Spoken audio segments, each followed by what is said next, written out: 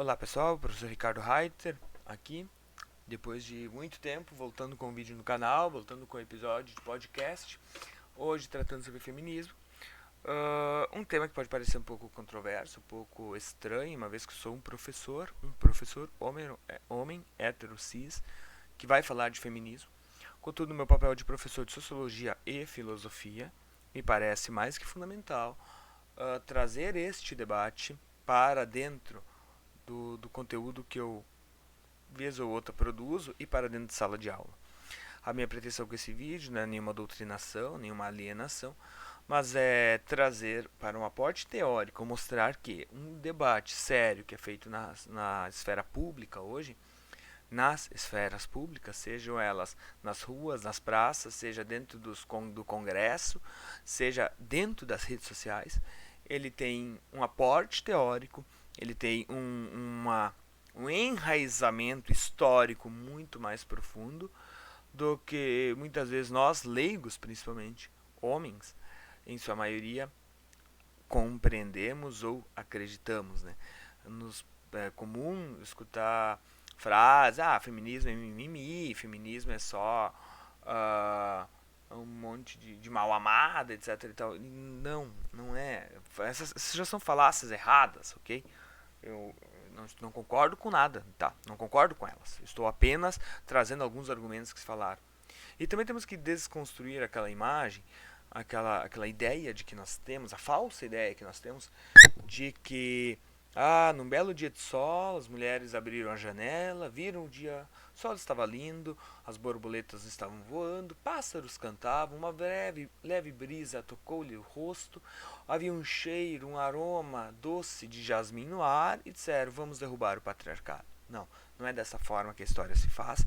A história não é um conto de fadas e o feminismo não está inserido aqui como também sendo um movimento de moda ou até mesmo um movimento mimizento. Não, há um aporte teórico, há uma luta histórica em jogo aqui, meu óculos acabou de cair, e que é essa a pretensão desse vídeo. Eu não tenho como entrar aqui em muitos pormenores assim das bandeiras que o feminismo especificamente aborda, até porque de todas elas, de várias delas, eu ainda estou me apropriando. As minhas aulas elas têm exigido muita leitura, então eu tenho um certo aporte teórico aqui que vai dar sustentação a esse vídeo, que eu já vou indicar aqui para vocês, tá? Começamos, eu trouxe 4 livros assim que basicamente são, acho que são centrais na minha leitura, ao menos, para entender o processo que eu vou aqui apresentar, tá? O processo é qual? É entender a relação sociedade e mulher, desde a idade moderna, tá? Nós vamos fazer um recorte teórico aqui muito específico, tá bom? Nós estamos falando de modernidade, então nós vamos falar basicamente, vai lá, séculos.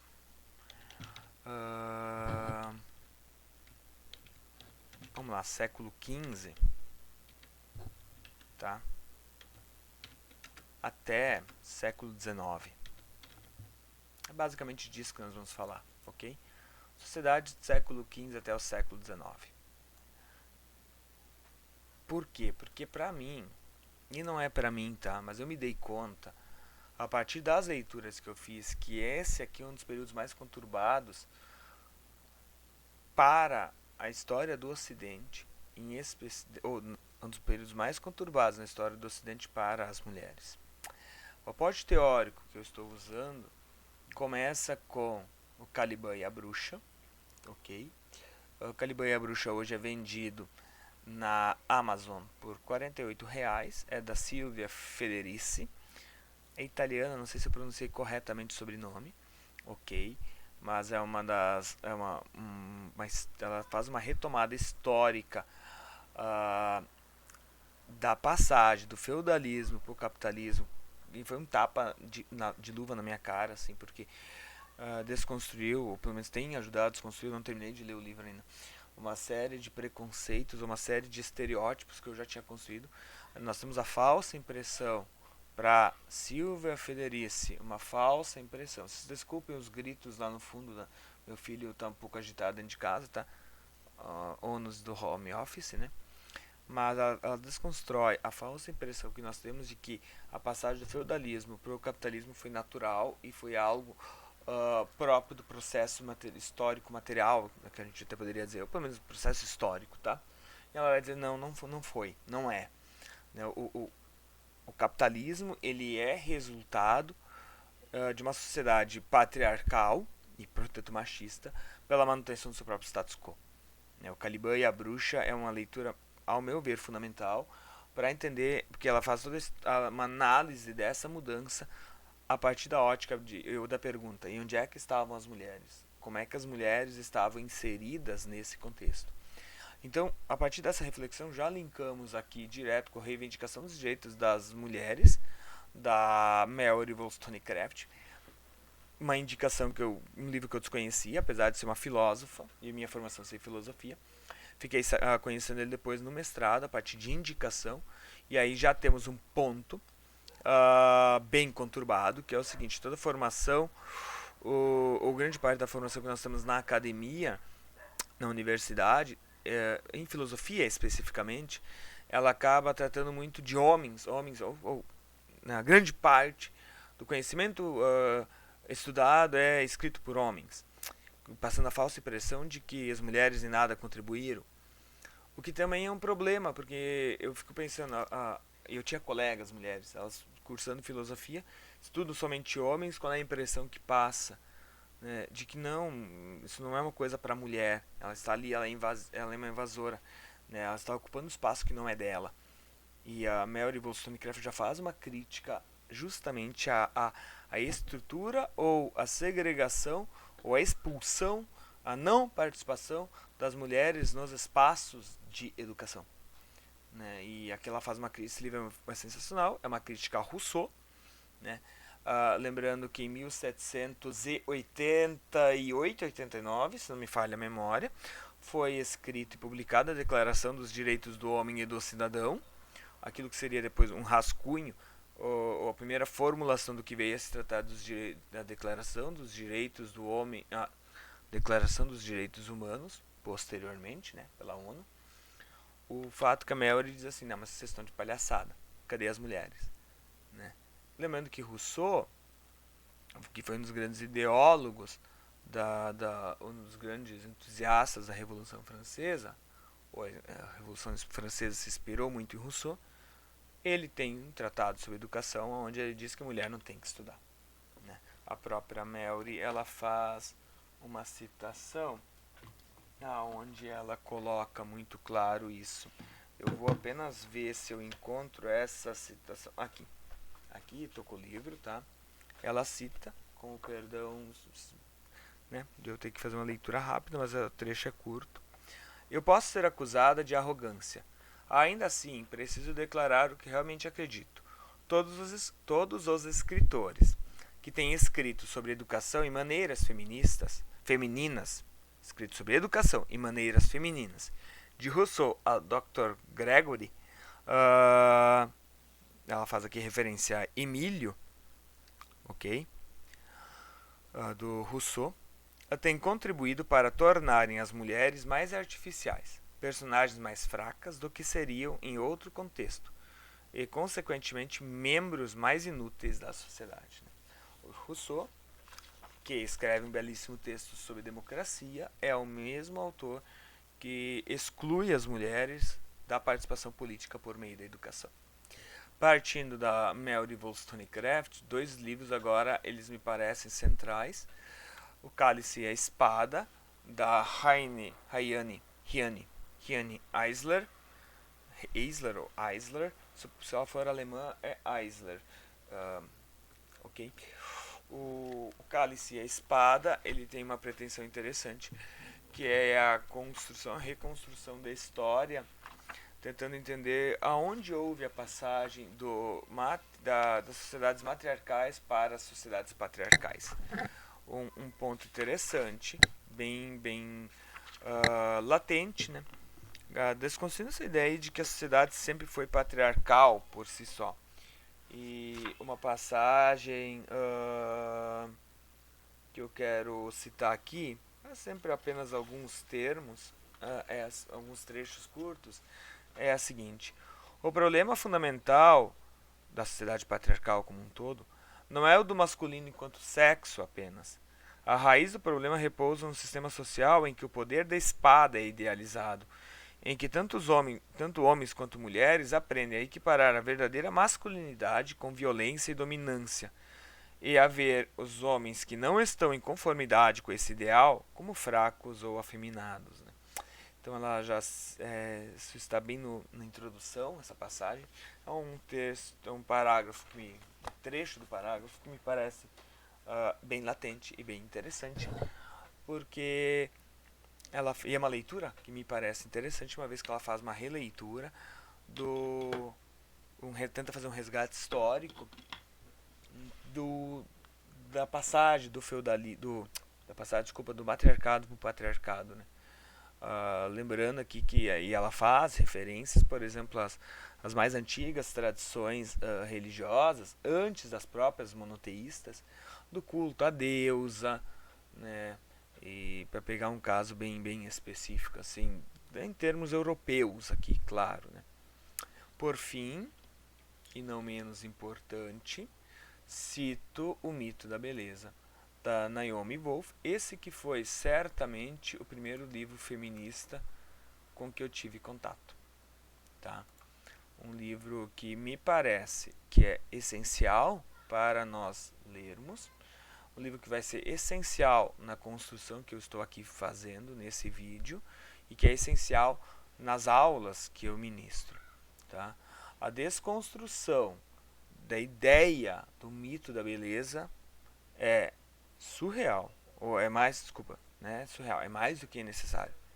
A Naomi Wolf consegue fazer uma análise crucial e muito latente, colocando que esse mito da beleza, o que é um mito? É uma história contada e repetida e que se torna verdade.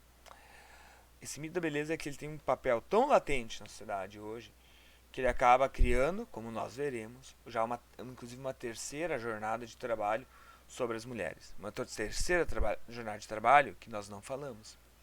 Nós falamos da primeira e da segunda. Trabalho, a vida profissional da mulher e a vida caseira da mulher, digamos assim, né? A segunda jornada de trabalho e a terceira jornada de trabalho, qual será? Bem, nós vamos ver daqui adiante. Mas o Mito da Beleza é um texto essencial e fundamental na compreensão, assim, talvez na compreensão histórica dos movimentos dos fatores sociais que começam a fundamentar e começam a levar ao feminismo como um todo. Bem, vamos então seguir aqui. Deixa eu voltar para o nosso mapa conceitual. Tá. Só vou ver aqui certinho para que aqui a tela não acabe atrapalhando.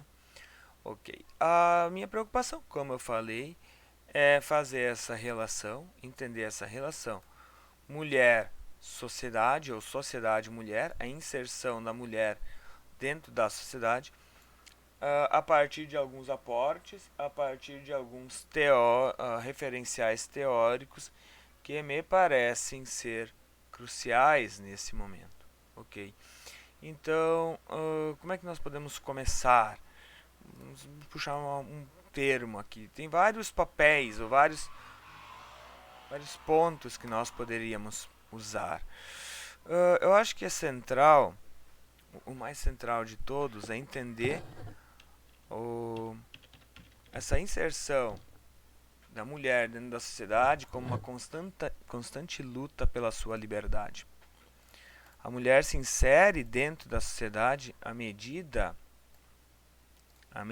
em que ela luta por liberdade, e não apenas luta por liberdade, mas tenta garantir o seu lugar dentro da sociedade. Né? Eu acho que esse é um ponto central. Eu quero manter aqui razoavelmente tudo igual. Assim, em termos de cores, aqui eu sei que quem está em casa não está vendo, mas ok. Tudo bem. Essa me parece que é a chave central para a gente começar a entender a passagem do feudalismo para o capitalismo. O feudalismo não é um Pokémon que evoluiu para o capitalismo, tá? Como a gente costuma pensar ou costuma entender. Não. O feudalismo passa por capitalismo, segundo Silvia Federici, como sendo uma contra-reforma, de certa maneira. Não só uma contra-reforma, mas uma... Tá, ok, uma contra-reforma, mas não uma contra-reforma no sentido cristão da contra-reforma. A passagem do feudalismo pro capitalismo, ela é um movimento que tem interesses, principalmente da elite, da burguesia, portanto, em manter o seu papel, em manter o seu auge, manter o seu poder, desculpa, e não permitir que que as, que as mulheres, em específico, assumissem o seu papel, tá? E então havia muitas tensões já na Idade Média, ok?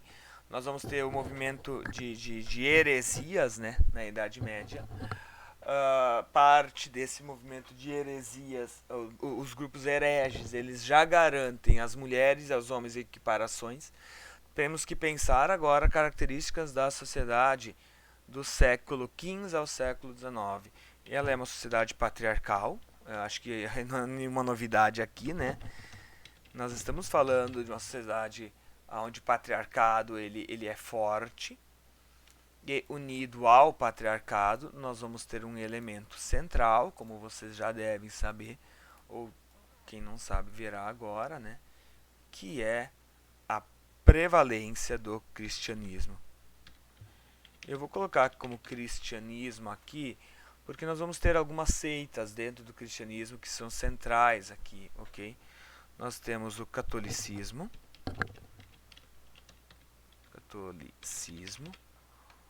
o anglicanismo,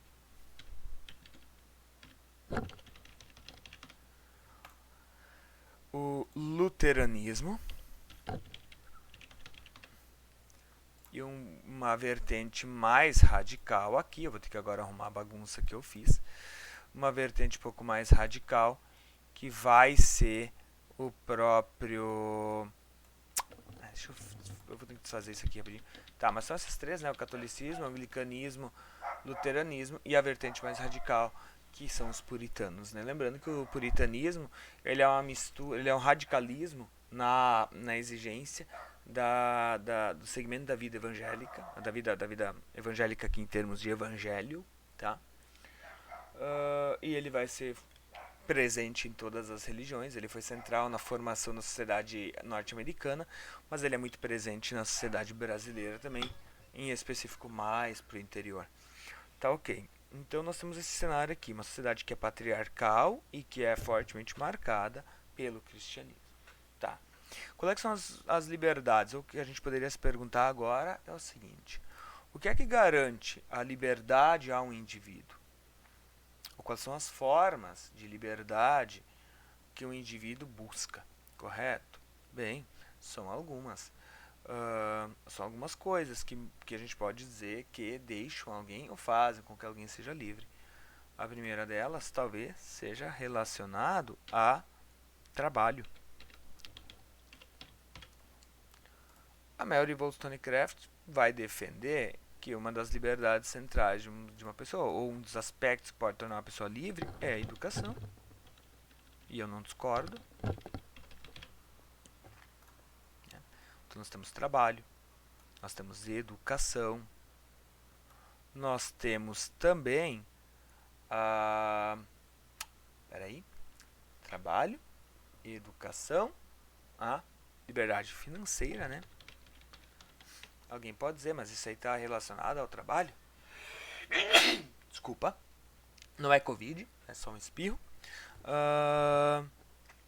Financeiro. Sim, está relacionado, mas aqui a gente vai colocar em aspectos diferentes. A liberdade de trabalho é a mulher poder trabalhar no que ela quiser. E a liberdade financeira é a mulher ter o seu próprio salário. Ok? Então são aspectos diferentes. qual é que é a grande sacada aqui? É entender que estas três formas de liberdade, existe uma quarta, como nós vamos ver daqui a pouco. Essas três formas de liberdade, elas geram uma espécie de independência.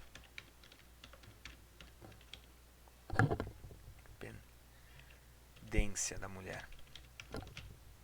E é essa independência da mulher que o patriarcado vai buscar combater. Ok? O patriarcado vai combater a independência da mulher. E aí nós precisamos começar a entender de que forma, ou quais são as ferramentas que o patriarcado vai usar para acabar ou para conseguir restringir as liberdades, a independência da mulher. Bem, não são difíceis de entender aqui. Ok? Não são tão difíceis de entender. Basicamente, o patriarcado vai garantir, né, ou vai impedir a educação, ok? Ele vai negar a educação para as mulheres. Então, você de um lado você vai ter a negação da liberdade, da educação. Você vai ter a negação do trabalho. Todo o trabalho ele se torna doméstico, ok? Vou ter que puxar um pouquinho para baixo aqui agora. Todo o trabalho da mulher, e esse aqui eu acho que é um aspecto que a gente às vezes não se dá conta, mas a passagem do trabalho enquanto possibilidade de trabalho para trabalho doméstico, ele é problemático, sim, porque o Brasil começou a analisar e entender que o trabalho doméstico ele é um problema apenas há menos, sei lá, de 10 anos atrás, quando você começa a ter garantido que empregadas domésticas devem ter carteira assinada. Isso não faz muito tempo, ok? Isso não faz muito tempo. E por fim, eles conseguem, a sociedade patriarcal consegue inibir a liberdade financeira da mulher. E aí talvez aqui seja uma sacada interessante. Como é que você restringe a liberdade financeira de uma mulher? Basicamente você a impede de trabalhar, ok? Tá, então nesse aspecto sim, estão relacionados. Mas se você consegue cortar a fonte de renda de uma pessoa, ou consegue impedir ela de ter uma renda fixa, ou de conseguir se sustentar com sua renda, você corta a liberdade daquela pessoa. E a sociedade ali pré-revolução industrial, ela é marcada fortemente por guildas, né? Então imagine que há um grupo de homens, eu mais 4, 5. Nós moramos numa vila, numa cidadezinha pequena, e nós somos artesãos e fazemos casacos de couro. Nós temos uma guilda, nós acertamos o preço dos casacos, nós acertamos a compra do couro e tudo mais. E nós, obviamente, somos machistas, ou somos pelo menos frutos do patriarcado. Nós, né, nos toleramos, tudo muito bem, tudo funciona muito bem. E aí vem Mariazinha, e Mariazinha quer começar a fazer casaco para vender também. E nós não estamos muito contentes. O que nós podemos fazer? Nós, enquanto guilda, baixamos o preço dos nossos produtos a tal ponto que fica impossível para a Mariazinha acompanhar o preço do mercado e ela entra em falência. E fora que saímos a difamando, etc. e tal. Ok, resultado disso é que as mulheres que lutam por independência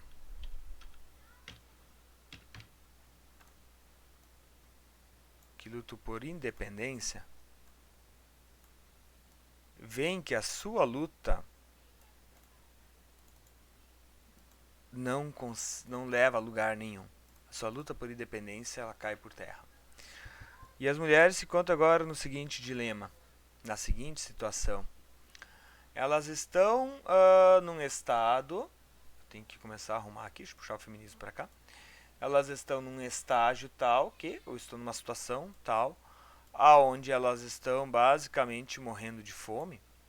Elas precisam sobreviver, ok? Precisam sobreviver. Elas precisam, né? Você precisa precisa de alguém, precisa de alguma forma para se sustentar. Ok? O patriarcado, eu não preciso dizer que ele tem, né, no seu papel de macho, de líder, o homem, correto? Quando você consegue quebrar a independência de uma mulher, o resultado disso é que vai gerar a seguinte pergunta: como a mulher sobrevive em sociedade agora? Né? O que a mulher vai fazer para sobreviver? Eu vou botar para cá. Deixa eu, como ela sobrevive? Deixa eu botar Nós não precisamos ser um gênio aqui, sobreviver, para entender que há apenas duas formas, duas possibilidades para a mulher sobreviver. Ou ela recorre ao casamento e volta a depender do homem para tudo. Volta a depender do homem para tudo. Esse é um ponto extremamente interessante. Ou ela recorre à profissão mais antiga do mundo e vai para a prostituição.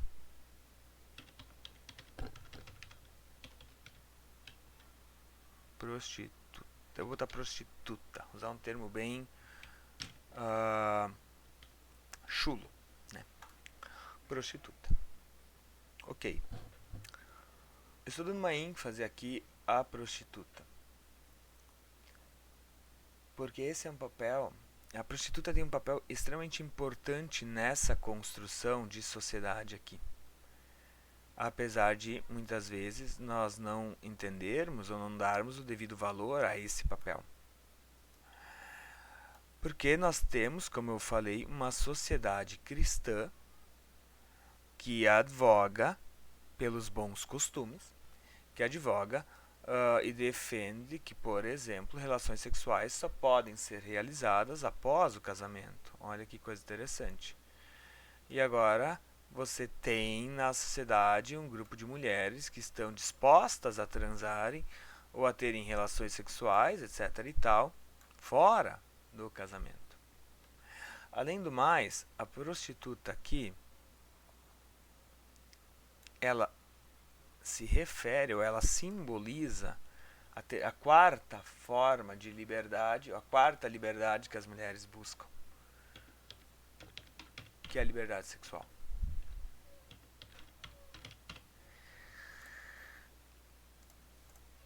Né? A prostituta, ela vai simbolizar nesse cenário aquela que ainda consegue a sua independência. E acima de tudo a sua independência sexual. E aqui vamos agora botar os pingos nos is. O que nós entendemos por independência sexual aqui são basicamente duas coisas. Ok? Duas coisas. A escolha de parceiros sexuais e ao mesmo tempo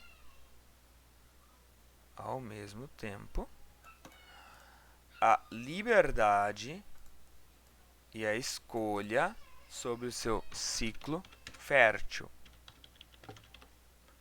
Em outras palavras, sobre quando e se ela vai ou não engravidar. Tá. Nós estamos falando século XV a século XVIII, XIX. Nesse meio tempo não haviam camisinhas ainda e métodos farmacêuticos anticoncepcionais. Fora que nós temos no cristianismo, e principalmente aí na vertente mais puritana, mas no cristianismo como um todo, no catolicismo também, um forte, isso aqui vai ficar uma loucura, combate ou uma forte perseguição ou negação, vamos botar negação, forte negação da beleza. Meus queridos, não é só o islamismo que tem problema com mulher bonita. O cristianismo também tem. O cristianismo tem problema com mulher bonita. Não pode. A beleza, ela deve ser negada ao máximo, ela deve ser guardada para o homem, né? O casamento. Então aqui, na negação da beleza, ela leva ao casamento. A mulher tem que ser bonita para o casamento. E aí agora uma aula de teologia, porque as coisas se relacionam. Vamos lá. Antes de uma aula de teologia, uma aula interessante. Um ponto interessante, que é entender o seguinte. Por que eu estou pegando recorte do século XV ao século XIX?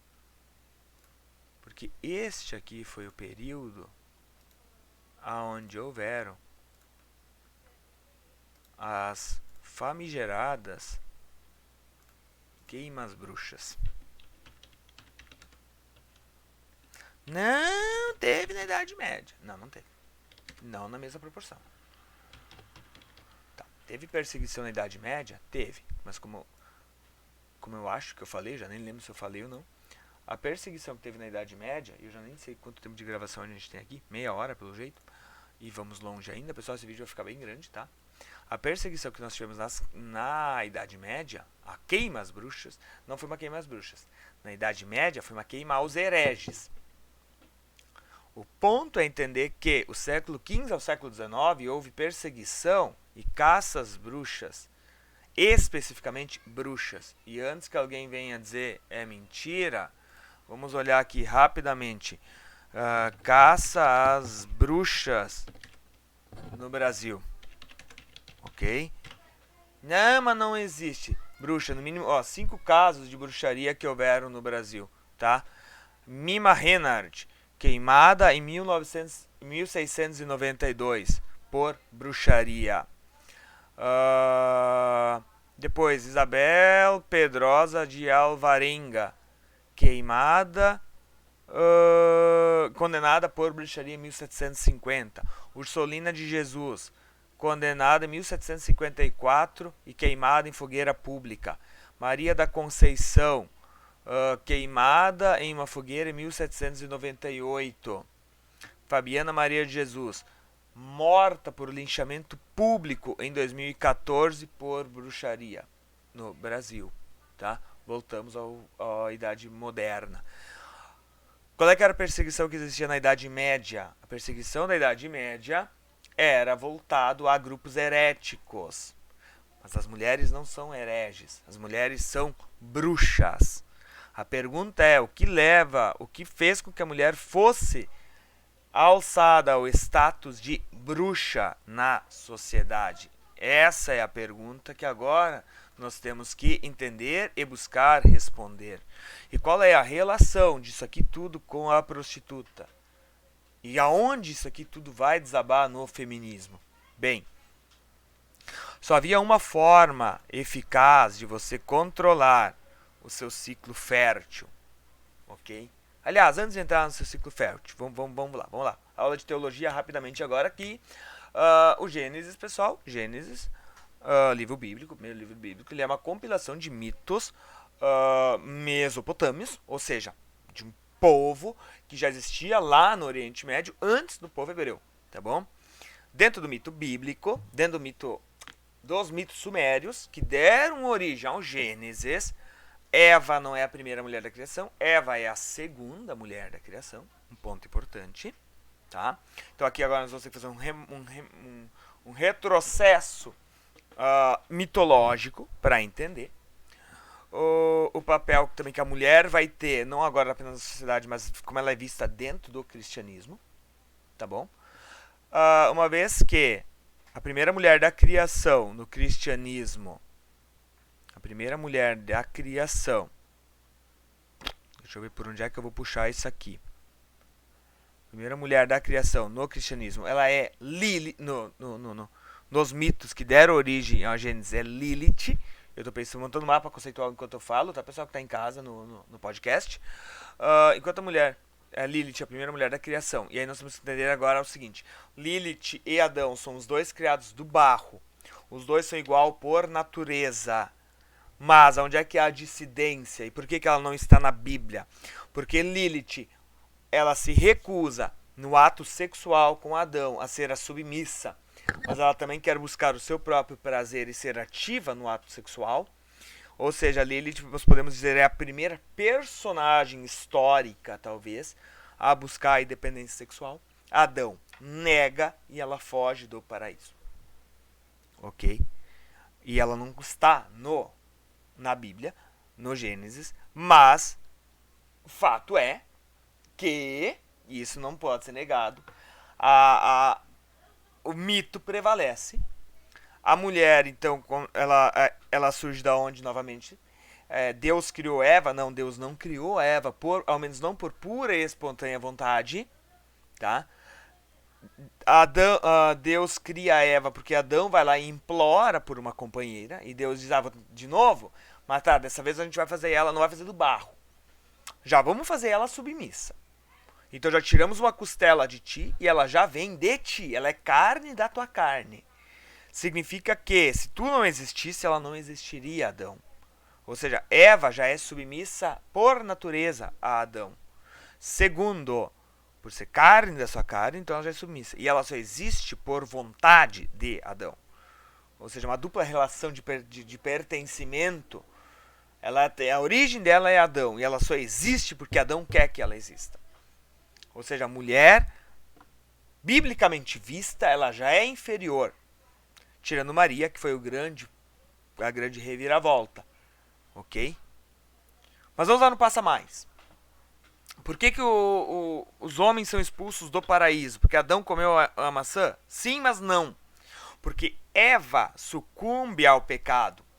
Eva, e aí no mito mesopotâmio, Lilith se infiltra no paraíso e assume a forma de uma serpente e tenta libertar Eva também da relação opressora, da relação, né, homem-mulher, ou mostrar que ela deve também buscar a sua liberdade. Ela sucumbe, come a maçã e oferece então a liberdade. O conhecimento do bem e do mal é, no fundo, a liberdade de escolha. Ela oferece a maçã, a liberdade a Adão. Adão come a mulher. Meu Deus do céu. Tá, não tem como editar. Adão come a maçã. Come a maçã. Não porque ele quer, no primeiro momento, mas porque ele é seduzido pela Eva. E aí, qual é o grande instrumento que a prostituta usa para ter clientes? Ela seduz. O grande instrumento da prostituta é a sedução. E a sedução aqui pela beleza. E agora entramos no mito da beleza. E a coisa só vai ficando melhor. Ok? Então hoje, e essa ideia, na verdade, uma ideia que dura até hoje, né? Mas uma ideia que perpassa aqui esse período histórico é a seguinte, o que vem desde lá da Idade Média é a seguinte: o homem fiel, alecrim dourado que nasceu no campo, se semeado, se ele trai a mulher, a culpa é de quem? Da mulher, não dele, da prostituta, da vagabunda, da puta que deu em cima do homem casado. A culpa não é dele. Por quê? Porque ele é o imaculado. O homem não peca. Quem o leva a pecar é quem? A mulher. Por isso que o Talibã, mas o que tem a ver? O Talibã tem origem judaico, é do Antigo Testamento. Por isso que o Talibã, ele vai usar e vai impor às mulheres a vestimenta da burca. Por quê? Porque qualquer detalhe do corpo dela leva o homem a pecar. Não porque o homem é um tarado, desvirtuado, que pensa com a cabeça de baixo. Não, é porque a mulher traz em si todo o pecado. Estou gravando aula. Traz todo o pecado. Então nós temos esse primeiro ponto. Eu tive que avisar que estamos gravando aula porque minha esposa entrou. Temos esse primeiro ponto. Indo um pouco além, nós temos agora a seguinte situação. Só um pouquinho que eu perdi meu fio na meada. Tá. Se o que leva o homem a pecar, o que leva o homem ao pecado, né, é a beleza da prostituta, o que deve ser combatido aqui? A prostituta, né? A beleza. Ela não pode, nós temos que proibir, nós temos que inibir, nós temos que combater a beleza. Porque a beleza é a origem de todo o pecado. O que vai explicar o ranço que o cristianismo tem com a beleza. Ok? A beleza, ela deve ser negada, porque a única que cultiva a beleza, porque quem cultiva, né, quem usa da beleza é a prostituta. E aí vamos ao seguinte aspecto central. Qual é o papel da mulher no casamento? Ter filhos. Ok? O homem casa com a mulher por causa da fertilidade. O homem precisa de filhos. Quanto mais filhos, melhor. E quanto mais cedo a mulher casa, melhor. Por quê? Porque ela dá mais filhos ao homem. Ok, aqui está a origem de toda a questão do baile de debutantes de 15 anos, que era o quê? Eu tenho 3 filhas, uma de 12 já consegui casar, de 13 já consegui casar, de 15 ainda não. Faço o baile de debutantes, convido todos os possíveis pretendentes e boto ela numa vitrine, exponho ela, tipo assim, carne de açougue e digo assim, ó, quem dá mais leva. Essa é a origem do baile de debutantes. Então, minhas queridas, quando fizerem 15 anos, tenham isso em mente. Se estiverem assistindo esse vídeo, não tiverem 15 anos ainda, tiverem em mente o baile de debutantes, tenham isso em mente. É uma festa onde os pais ofereciam a carne, a ovelha aos lobos, literalmente. Né? Depois do baile de debutantes, o que acontecia? Os pretendentes iam lá e negociavam o dote com o pai. O pai vendia a filha, literalmente. Tá, vamos lá que nós já estamos com 42 minutos de vídeo e temos ainda chão para correr. Tá. Feito isso, feito esse problema, nós agora vamos olhar de novo para a prostituta. Ok? Olhemos para a prostituta. Se a mulher casada é a fértil e aqui tem muitos filhos, correto? A prostituta é justamente o inverso disso. A prostituta é aquela que, por ter controle do seu ciclo fértil, é a que não engravida.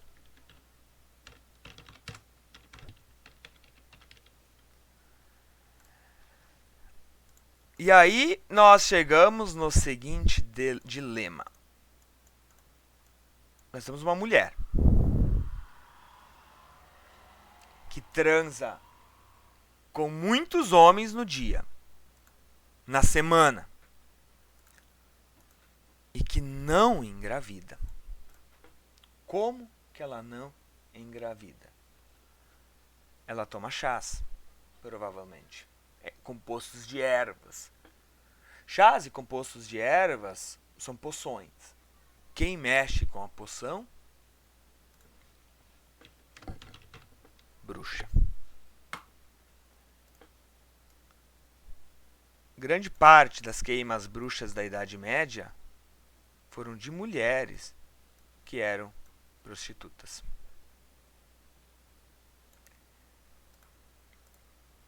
É assim que a prostituta se torna a grande bruxa. O resultado disso, nós não precisamos ir muito longe agora para entender. Né?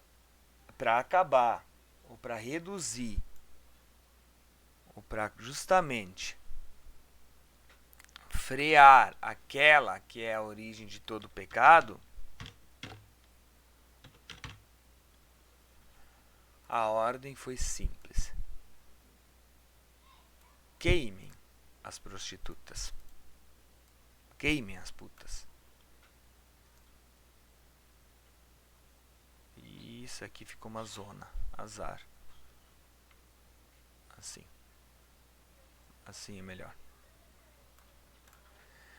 Queimem as putas. Queimem as prostitutas.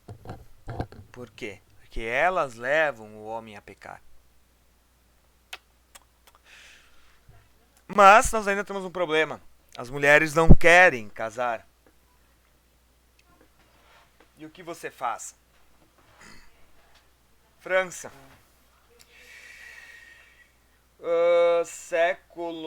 Aliás, antes da França.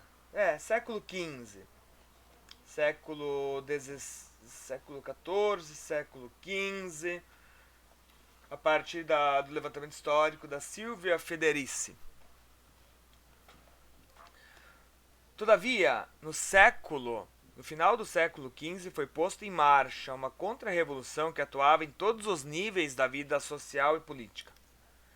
Em primeiro lugar, as autoridades políticas empreenderam importantes esforços para cooptar os trabalhadores mais jovens e rebeldes por meio de uma maliciosa política sexual, que lhes deu acesso a sexo gratuito e transformou o antagonismo de classe em hostilidade contra as mulheres proletariadas. Ou seja, esse é o período histórico onde é que está fervilhando a luta dos burgueses contra a nobreza, e é o período histórico em que se dá as últimas pasadas de terra no feudalismo. Como é que você controla uma juventude, homens, que estão a um turbilhão de hormônios e não podem transar, porque mulher só pode transar quando for casar, e as mulheres não querem casar? Garante a eles sexo grátis. Como foi feito isso? Como demonstrou Jacques Roussel em Medieval Prostitution, prostituição medieval, na França, as autoridades municipais praticamente descriminalizaram o estupro nos casos em que as vítimas eram mulheres de classe baixa. Na Veneza do século XIV, o estupro de mulheres proletárias solteiras raramente tinha como consequência algo além de um puxão de orelhas, até nos casos frequentes de ataques em grupo. O mesmo ocorria na maioria das cidades francesas. Nelas, o estupro coletivo de mulheres proletárias se tornou uma prática comum, que se realizava aberta e ruidosamente durante a noite, em grupos de 2 a 15 indivíduos que invadiam as casas e arrastavam as vítimas pelas ruas sem a menor intenção de se esconder ou dissimular. Eu estou em aula, filho, por favor, eu estou gravando uma aula, filho, por favor. Não o chamei, André. Desculpa, pessoal. Meu filho tem uma dificuldade de entender quando a gente está em aula. Aqueles que participavam desses esportes eram aprendizes ou empregados domésticos, jovens e filhos de famílias ricas sem um centavo no bolso, enquanto as mulheres eram meninas pobres que trabalhavam como criadas ou lavandeiras, sobre as quais circulavam rumores de que eram mantidas por seus senhores. Em média, metade dos jovens participou alguma vez desses ataques, que Rissoult descreve como uma forma de protesto da classe média e alta, um meio para que homens proletários, forçados a postergar seus casamentos por muitos anos devido às suas condições econômicas, que eram pobres, né, cobrassem aquilo que era seu e se vingassem dos ricos. Uma verdadeira, como é que nós podemos dizer, um verdadeiro bacanal, um verdadeiro, enfim, não há talvez forma de expressar. Mas o que causou? Qual foi a consequência? Aliás, isso teve inclusive, a igreja fechou os olhos para isso.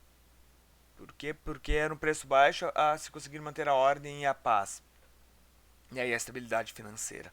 Como é que a estabilidade política como um todo? O que faz? Qual é o resultado disso? O resultado é que as mulheres elas se sentem cada vez mais contra a parede. Ok? Cada vez mais contra a parede. E não é à toa que até hoje na sociedade a gente escuta falas do tipo: a mulher foi estuprada, mas a culpa é dela. Olha a roupa que ela estava usando, tá pedindo, tá sozinha na rua, etc, etc, etc e tal. É um ranço, ou são pelo menos situações que demonstram que há ainda uma bagagem muito forte desse período que sobrevive e se perpetua na sociedade contemporânea. As mulheres, para não serem estupradas, porque a mulher que era estuprada nesse aspecto perdia sua honra, fama e a família já não a aceitava mais. Família que homem. Ela precisava cair para a prostituição, mas a qualquer momento ela podia terminar na fogueira. o que faz com que o medo também leve as mulheres ao casamento. Ok, é dentro disso tudo que surge o feminismo. O feminismo ele acaba sendo um movimento extremamente importante, obviamente, para frear no século 20 e 21.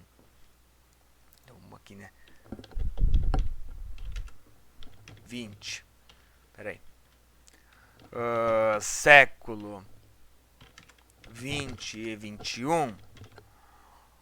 As atrocidades que estavam acontecendo e que não poderiam mais ser aceitas, né? O feminismo é nada mais e nada menos do que uma forma de luta, porque nós ainda vivemos numa sociedade patriarcal,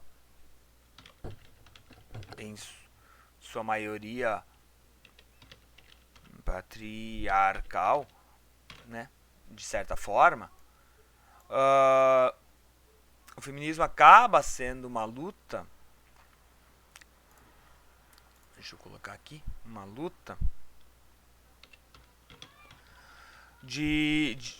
pela busca da liberdade. E esse é talvez o ponto que as pessoas às vezes não entendem. Né? Não é uma luta para subjugar os homens, mas é uma luta por liberdade. E que tem sim tido sucesso. Porque as mulheres conseguiram independência financeira. As mulheres conseguiram independência. Aliás, vamos começar aqui pela educação. As mulheres podem estudar. Aliás, eu queria só fazer isso aqui ficar diferente. Hoje as mulheres estudam. Hoje as mulheres trabalham. Hoje as mulheres têm liberdade financeira. Hoje as mulheres têm liberdade sexual. Mas alguma coisa ainda parece estar faltando. Alguma coisa ainda parece estar errado nessa conta. A sociedade do século 20 e 21, ela não tem mais uma igreja que fortemente a condena pelos seus crimes ou pelas suas práticas, porque não é uma questão de crimes aqui, pelas suas práticas. Mas o patriarcado do século 20, ele consegue instituir uma nova religião que tem um papel fundamental e que vai mudar drasticamente a vida das mulheres. E com esse último ponto nós terminamos essa quase uma hora de aula já. O patriarcado consegue instituir ou implementar a instituição da moda. E a moda vai ter aqui um papel crucial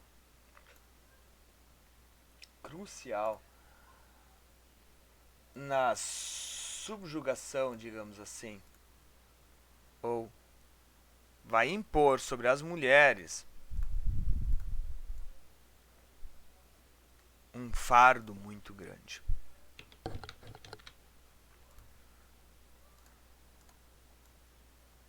A tal ponto que hoje, apesar das mulheres serem livres, apesar das mulheres poderem trabalhar, apesar das mulheres poderem estudar, as mulheres que elas têm que constantemente provar que merecem estar ali. Eu brinco que um homem gerente, ele pode trabalhar de pijama, mas a mulher não pode trabalhar com o cabelo desarrumado. Esse é o mito da beleza que Naomi Wolf impõe. As mulheres para as mulheres não basta ser apenas competentes. Elas têm que merecer estar ali. E merecer estar ali passa pela beleza. Passa por serem belas. E por serem belas, elas têm que provar que estão ali. O que talvez justifica, porque Fátima Bernardes passava quase 12 horas por dia em salões de beleza antes de ir ao vivo no Jornal Nacional. Porque ser âncora do Jornal Nacional é o ponto mais alto do jornalismo que uma mulher, talvez um homem também, mas acho que muito mais uma mulher pode alcançar.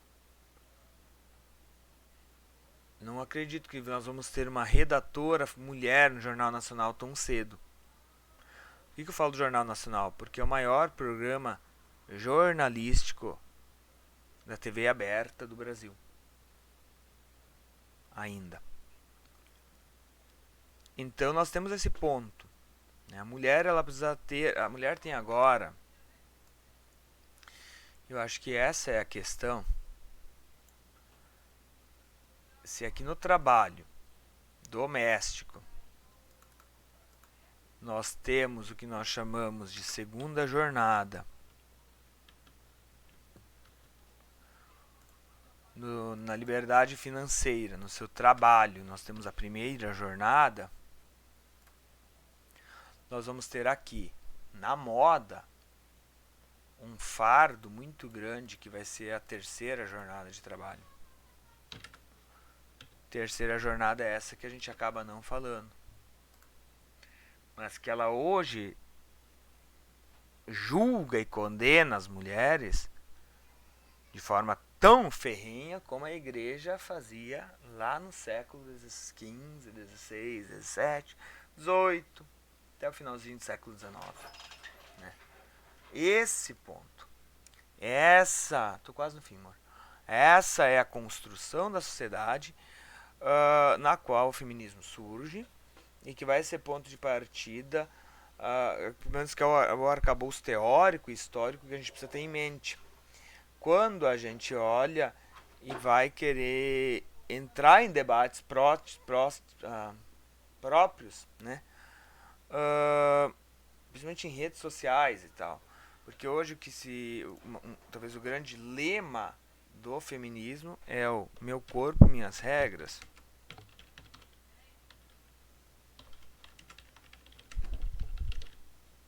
Meu corpo, minhas regras. Mas de que corpo nós estamos falando? De que regras nós estamos falando? Ou contra o que nós estamos aqui falando? É contra tudo isso que eu discuti com vocês. Não, discussão não. Esse monólogo que eu fiz aqui com vocês.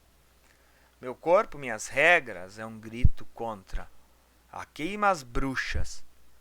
Que era bruxa porque decidiu transar com mais que o seu marido, decidiu não ter um marido, mas ter uma liberdade, uma independência sexual. A bruxa que decidiu que não queria engravidar. Bruxa que lutou contra o casamento. Bruxa que decidiu estudar. Bruxa que quis trabalhar. Bruxa que quis independência financeira.